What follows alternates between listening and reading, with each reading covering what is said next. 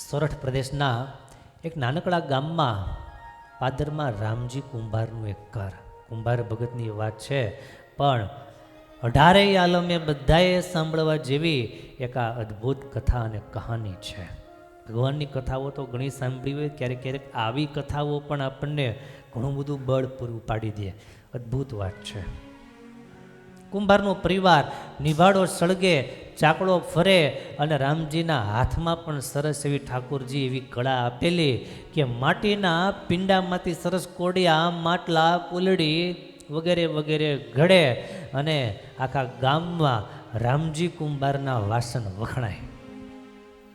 બહુ સરસ એનું કામ ચાલે. પણ જમાનો બદલાયો. લોકો હવે માટીના વાસણો છોડી સ્ટીલના, પ્લાસ્ટિકના ચીજ વસ્તુ વાપરતા થઈ ગયા અને રામજીનો ચાકડો માનો ધીમો પડવા લાગ્યો. રામજીના ઘરમાં હવે રોટલાનો પણ મેળ બેસતો નહોતો. રોટલા પણ કાઢવા અઘરા પડતા હતા. ઘરમાં 3 જીવ, એક રામજી, એમની ઘરવાળી દેવુબાઈ અને 8 વર્ષનો દીકરો કાનો. 3 દિવસથી કાનુને તાવ આવે. તાવમાં આખું શરીર તપે. ઘરમાં માટી સિવાય કાંઈ હતું નહીં. દેવુબાઈએ આંખ લૂછી અને રામજી સામે જોયું. માની આંખો ટપક ટપક ટપક ટપક આંસુડાઓથી ટપકતી જાય અને રામજીની સામે જોઈને કે છે, કાનુડાના બાપ, ગામના ચોકમાં જઈ અને 2 માટલા વેચવાની મથામણ કરો. એમાંથી 2 પૈસા જો મળે ને તો આપણા કાનુડાની દવા થઈ જાય અને ખીચડીનો કંઈક મેળ પડે. આવી દયનીય દશા. ગરીબી જ્યાં આટો લઈ ગઈ હોય એને ખબર પડે. ત્યાં આટો પણ બહુ મુશ્કેલ થઈ જાય છે. ત્યાં લોટની ચપટી મળવી પણ બહુ મુશ્કેલ થઈ જાય. રામજીને એના ઘરના દેવુબાઈએ કીધું છે, તમે જાઓ 2 માટલા વેચી આવો. રામજી કુંભાર માથે માટલા મૂકી હૈયામાં રામનું નામ સ્મરણ કરતા કરતા ગામના ચોક તરફ નીકળ્યા અને થોડાક આગળ ગયા અને ગામના ચોકમાં જ્યાં પહોંચે ને ત્યાં એમના પગ આરે કંઈક વસ્તુ અથડાણી. નીચું વળીને જોયું તો એક કાળા ચામડાની થેલી. આજુબાજુમાં નજર કરી, રસ્તો સાવ સુમસામ. માથે માટીના ઘડા હતા. એ ઘડાને એક બાજુ મૂકી અને વિચાર કર્યો કે આમાં શું હોય છે. વાંકા વળી અને 10 અને પેલી થેલી જોઈ અને એને થેલીમાં એને નજર કરી. 10,000 રૂપિયાના 5 બંડલ હતા. 10,000ના બંડલ, કિંમતી દાગીના અને આટલો બધો રૂપિયો. આખી જિંદગી ચાકડા ઉપર માટી ઘડનારા આ રામજીએ જિંદગીમાં ક્યારે રૂપિયા જોયા નહોતા. ઘરેણા હતા, સોનું હતું, ઘણો મોટો માનો કે ખજાનો. એના માટે એની 2 પેઢી બેઠા બેઠા ખાય તો એ ખૂટે નહીં એટલી એમાં મૂડી હતી. એક ક્ષણ માટે ગરીબાઈ એના મન ઉપર હાવી થઈ ગઈ. આ પૈસાયેલા રામજી જો ઘરે લઈ જા તો કાનુડાને હારામાં હારી હોસ્પિટલમાં ઈલાજ થઈ જાય, એને દવા થઈ જાય, આખું ઘર સુખી થઈ જાય અને જિંદગીભરની ગરીબાઈ બધી ક્યારેય માથું ઊંચું કરીને જોવે નહીં, ગરીબાઈ કાયમને માટે વહી જાય. આવું એના મનમાંથી સંકલ્પ થયો. પણ ત્યાં બીજી જ ક્ષણે માટીની સુગંધ જેવા એના સારા સંસ્કારો જાગ્યા અને અંતર મન બોલવા લાગ્યા, રામલા, આ કે તારી મહેનતની પરસેવાની કમાણી છે. બીજાના હરામના પૈસાથી જો કાનુડાને દવા કરાવીશ તો તારો રામ તને ક્યારેય માફ નહીં કરે. આ રૂપિયામાં તારો કોઈ અધિકાર છે નહીં. આ મંતરથી બીજો સંકલ્પ થયો. મહારાજે વટનામૃતમાં વાત કરી. મહારાજ કે આ દેહમાં 2 સેનાઓ લડે છે, એક જીવની સેના ને બીજી મનની સેના. આવી રીતે રામજીને વિચાર આવ્યો કે આ રૂપિયા મારે લેવાય નહીં. અને રામજીએ માટલા રસ્તાના કાંઠે મૂકી અને થેલીને છાતીએ ચાપી અને ચોક તરફ દોટ મૂકી. ગામના ચોકમાં મોટા જમીનદાર સજનબા દરબાર બેઠા હતા. ચહેરો એમનો નખાઈ ગયેલો, મોઢું પડી ગયેલું હતું. કારણ કે દીકરીના લગ્ન કરવા માટે જમીનના સોદા કરી અને 5 લાખ રૂપિયાને દાગીના ભરેલી થેલી રસ્તામાં ક્યાંક પડી ગયેલી. સજનબા ચોકમાં માણસો ભેગા કરીને કહેતા હતા કે જે મારી થેલીને શોધી લાવશે એને પૂરા 25,000 રૂપિયાનું ઇનામ હું આપીશ. 25,000 રોકડા ઇનામ મારે આપવા જો કોઈ ગોતી આવે તો. અને એ શબ્દો રામજી કુંભારના કાને પડ્યા અને રામજી તરત પડલા નીચે આવ્યો. સજનબા જ્યાં બેઠા હતા એના હાથમાં એમને ઓલી થેલી મૂકી દીધી. કઈ? 5 લાખ રૂપિયા અને ઘરેણા. થેલી મૂકી કે લ્યો દરબાર, આ તમારી અનામત તમે સાચવો, આ તમારી અમાનત છે એને તમે સાચવો. સજનબા ગયેલા તો રામજી કુંભાર કે બાપુ હાથ તમારી રહે જ છું બાપુ. બાપુ કે તને ક્યાંથી મળી? હું ચાલ્યો જતો તો રસ્તામાં મને આ મળી, મેં જોઈ. સજનભાઈએ થેલી ખોલી, અંદર રૂપિયા હતા, ગહેણા, બધી બંડલો બધા ચેક કર્યા ને જોયું. અને ત્યારે એને પહેલી વાત તો એ સમજાણી કે આ 5 લાખમાં 1 રૂપિયો પણ ઓછો થયો નથી. 1 રૂપિયો ઓછો થયો નથી. સજનબાના હરખનો પાર ન રહ્યો અને થેલીમાં હાથ નાખી અને કે છે મેં જાહેરાત તો કરી હતી 25,000ની, પણ તારી ઈમાનદારી, તારી વફાદારી, તારી નીતિમત્તા, જા તને મારે 50,000 રૂપિયા આપવા, તને 50,000 રૂપિયા આપું ઇનામ. લે આ રામજી, આ તારી પ્રામાણિકતાનું ઇનામ તને આપું છું. આખા ચોકમાં લોકો બોલી ઉઠ્યા, વાહ ભાઈ વાહ રામજી, આજ તો તારો દનૈયો સુધરી ગયો, તારે આજ તો માન કે હોનાનો સૂરજ ઉગ્યો. તારે હવે ચાકડો અત્યારથી જ બંધ, તારી બધી ચિંતા ટેળી, અને દીકરો માંદો છે, તારે પૈસાની સખત જરૂર છે, માટે લઈ લે, હવે તારા દિવસો હારા આવ્યા. આવી રીતે ગામના લોકો આજુબાજુમાં જે હતા બધા વાતું કરવા લાગ્યા. રામજી પોતાની માટીવાળી કાળી હથેળીઓ પાછળ ખેંચી અડીખમ ઉભો રહ્યો, જરાય હાથ લંબાવ્યા નહીં. અને સજનબાને અને માણસોને કહે છે કે દરબાર, મેં કોઈ ઇનામ કે લાલચથી, દાનતથી મેં આ થેલી લીધી નહોતી, અને જો એવી મારે દાનત હોય હું આખી થેલી જ ન લઈ લઉં, મારી ઓરડીમાં દાટીને બેસી ન જાત. પણ મારી માટી અને મારો રામ સાક્ષી છે કે આ મારા રૂપિયા નથી. આ પારકા નજર રૂપિયા ઉપર નજર બગાડાય નહીં.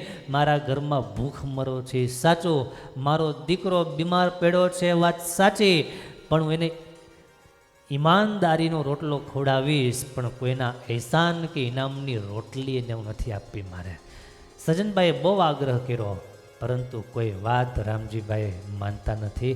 સજનબાની આંખોમાં આંસુ આવી ગયા અને કહે છે રામજી, કઈ વાંધો નહીં, તું તારી જગ્યાએ સાચો છો, પણ તારી આ ખાનદાનીને હું સલામ કરું છું. તારા જેવા ઈમાનદાર માણસની કદર ન કરો તું દરબાર ન કહેવા. સજનબા એની ઘરે ગયા અને ગામના હોસ્પિટલમાંથી ડૉક્ટરને તેડાવી અને રામજી કુંભારના દીકરા કાનુડાની સારામાં સારી સારવાર કરાવી. અને રામજીના આત્મા સન્માનને જરાય આંચ ન આવે અને એનું સોમાન ન ગવાય, સજનભાઈએ એ રીતના વ્યવસ્થા કરી. શહેરમાં એક બહુ મોટી હોટલ, ઓર્ગેનિક મિલના બિઝનેસમાં માટીના વાસણો, કુંડા, માટલા, જે કાંઈ જરૂર પડે એ બધાનો મસ્ત મોટો ઓર્ડર આ રામજીના નામે લખી આપ્યો. લાઈફ ટાઈમ કાયમને માટે મારી જે કંપની છે, મારો જે કારોબાર છે, એમાં માટીના જે કાંઈ વાસણ વપરાય એ તમામ વાસણ કાયમને માટે રામજી કુંભારના જ આવવા જોઈએ. એટલો મોટો ઓર્ડર આપ્યો. રામજીભાઈનો તો ચાકડો ફરીથી ઝડપથી ફરવા લાગ્યો, પણ એની પાછળ એની ઈમાનદારી, એની મહેનત એ રંગ લાવી. એવાનો સાર માત્ર એટલો જ વાલા ભક્તજનો, પૈસો તો આજ છે ને કાલ નથી, પણ ગરીબાઈના અંધારામાં પણ જે માણસ પોતાના ઈમાનના ચાકડાને સાચવી રાખે છે અને મહેનતની સોડમ એની જ આખી દુનિયામાં મહેકે છે. સમય કદાચ સારો મોડો હોઈ શકે, સમય કદાચ નબળો હોઈ શકે, પણ જે પોતાની ઈમાનદારી એને દાવ પર લગાડતો નથી, જે પોતાની વફાદારી સાથે સોદો કરતો નથી, એ માણસનું કુદરત પણ કોઈને કોઈ રીતે કોઈના કોઈ માધ્યમથી એનું ધ્યાન રાખે છે, એનું જતન કરે છે.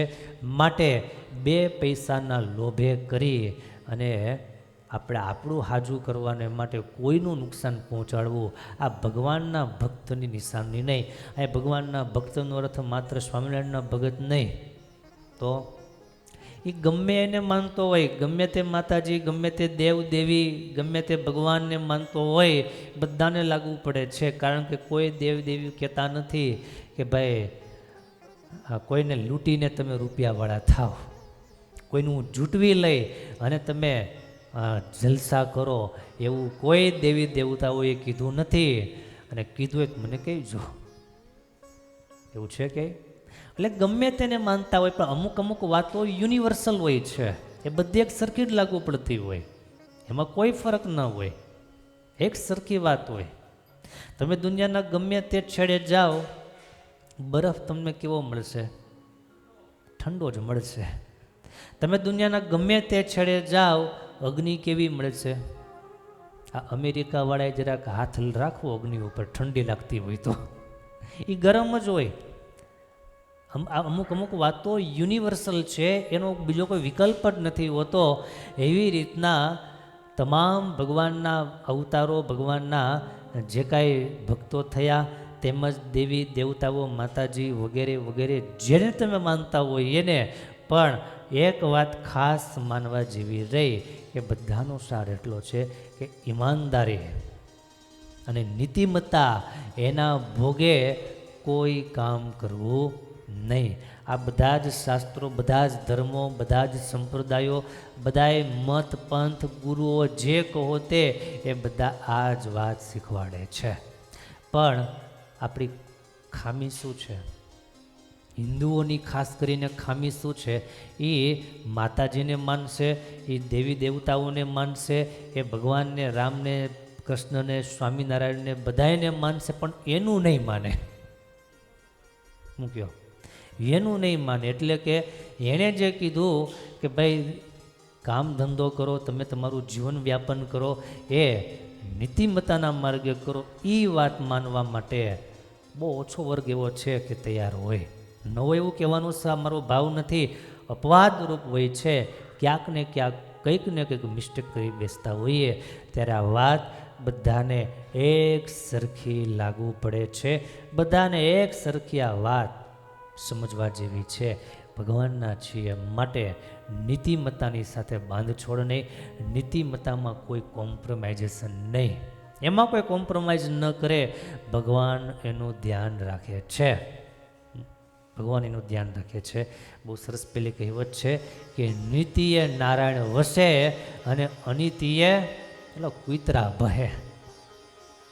નીતિએ નારાયણનો નિવાસ છે, માટે નીતિને સાથે રાખીએ. મને ખ્યાલ છે કે તમે આ વાત સાંભળો છો ત્યારે તમને મનમાં એવો પણ સંકલ્પ થાય છે કે અહીંયા તો અનીતિવાળા બધા જલસા કરે છે. હું કહો 90% માણસોના જ સંકલ્પોથી હોય છે.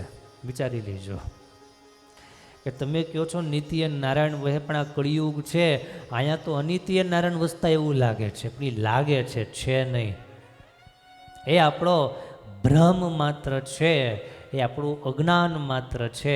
બાકી ભગવાનની તો એક જ ધારી સિસ્ટમ પહેલેથી ચાલતી આવી છે, આજે પણ એ સિસ્ટમ છે અને કાલે પણ એ જ સિસ્ટમ રહેવાની છે કે ભગવાન હંમેશા એવાને જ સાથ આપે છે કે જે સત્યના રાહે ચાલવા તૈયાર હશે. એના માટે મહાભારતનું યુદ્ધ એકમાત્ર પર્યાપ્ત છે.